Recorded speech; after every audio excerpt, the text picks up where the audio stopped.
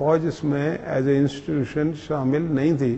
اگر شامل ہوتی تو پھر وہ جب بھی شامل ہوئے ہیں انہوں نے بڑی کامیابی سے پھر اتنا لمبا چوڑے دھرنے شرنے کرانے کی ضرورت تو نہیں پڑتی نا. کہ فوج یکسوئی اگر ہوتی پھر کون سا ایشو تھا. یعنی آپ یہ کہہ رہے ہیں کہ جنرل راحیل شریف جو ہیں وہ اس دھرنے وغیرہ کے پیچھے پسے پشت نہیں تھے؟ نہیں وہ نہیں تھے. اگر وہ ہوتے تو اگر وہ ہوتے نا تو پھر دھرنے بغیر ہی کام ہو جاتا. اچھا، 28 اگست کو پھر پرائم منسٹر نے ملاقات کی آرمی چیف کے ساتھ اور ان سے درخواست کی کہ وہ فیسیلیٹیٹ کریں.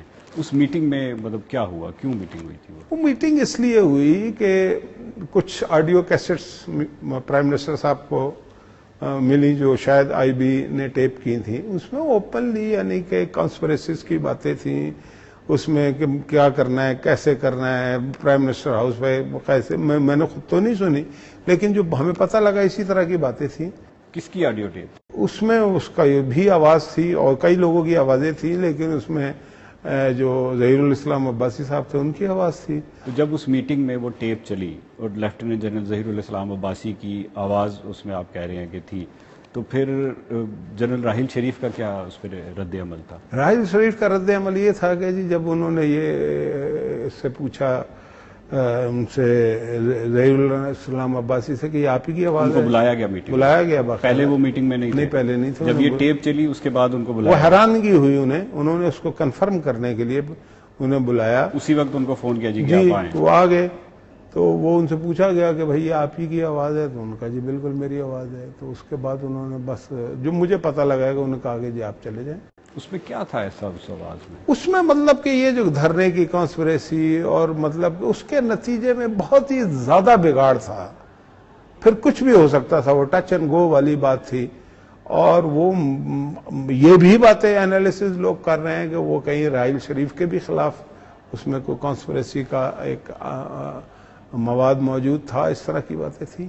تو یہ جو آپ نے کہا کہ جنرل راحیل شریف اور کی بھی چھٹی کرانے کی باتیں ہو رہی تھی، اس کا کیا مطلب ہے؟ کچھ لوگوں کا خیال ہے کہ یہ کچھ لوگوں کا خیال نہیں، آپ کی انفارمیشن کیا ہے؟ انفارمیشن یہی ہے کہ یہ کوشش کی جا رہی تھی کہ پرائم منسٹر اور آرمی چیف کے درمیان کچھ اس طرح کی خلیج اور اختلافات پیدا کر کے پرائم منسٹر صاحب کو مجبور کیا جائے کہ وہ راحیل شریف صاحب کے خلاف ایکشن لیں. اور جب وہ ایکشن لیں تو پھر کچھ لوگ جو ہیں وہ مطلب کہ اس ایکشن کو نہ ہونے دیں اور اس کو سب کو انڈو کر کے خود وہ جو ہے اقتدار سنبھالنے کی کوشش کریں. یہ 12 اکتوبر 1999 کو جو کچھ ہوا اسی تھا طرح سے ملتا جلتا تھا لیکن وہ مطلب کہ ہر روز عید کا دن نہیں ہوتا.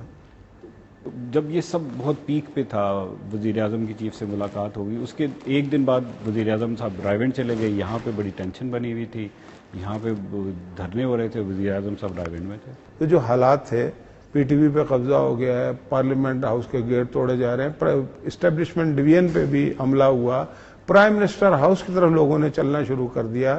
پھر اس طرح کی خبریں آئیں کہ جی 2 گاڑیاں پکڑی گئی ہیں جس میں 25 کلشن کوفے تھیں اور وہ جا رہی تھیں ادھر پرائم منسٹر ہاؤس. یہ خبریں کہاں سے آئی تھی؟ مطلب حکومت کی اپنی بھی انٹیلیجنس ہوتی ہے، سویلین انٹیلیجنس ایجنسیز ہوتی ہیں اور بہت سارے سورسز ہوتے ہیں. تو وہ یہ تھی کہ 2 گاڑیوں میں 25 کلیشن کوفے تھیں اور وہ ان کو پرائم منسٹر ہاؤس لے جانے کی کوشش کی گئی جو کہ فوج ہی کے کچھ لوگوں نے روکا تھا، ان کو جانے نہیں دیا تھا. اس طرح کی خبریں تھیں. تو وہ کیوں کلاشن کوفے پرائم اس لیے یہ بھی میں نے جب پوچھا تو بتایا یہ گیا کہ جی وہاں پہ کچھ لوگ پہنچ چکے تھے ان کے اور وہ شاید وہ اس کو استعمال کر کے وہاں پہ کوئی اس طرح کے حالات پیدا کیے جاتے ہیں کہ وہاں پہ فائرنگ ہوتی، کچھ ہوتا. مطلب